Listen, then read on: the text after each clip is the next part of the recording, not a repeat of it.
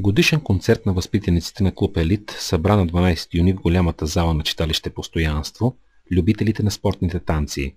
В концерта взеха участие деца на възраст от 5 до 18 години, разделени в няколко възрастови групи.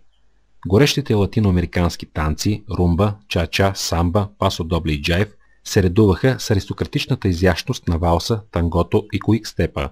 4 златни, 5 сребърни и 3 бронзови медала, завоювани в 11 републикански турнира по спортни танци, това е равносметката от изминалия състезателен сезон за танцорите от клуб Елит с председател и старши треньор Атанас Балакчиев.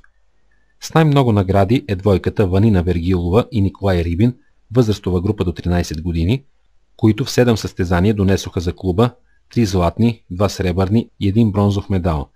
Традиционно клуб по спортни танци Елит организира 2 самостоятелни концерта пред ломска публика – коледен и годишна продукция.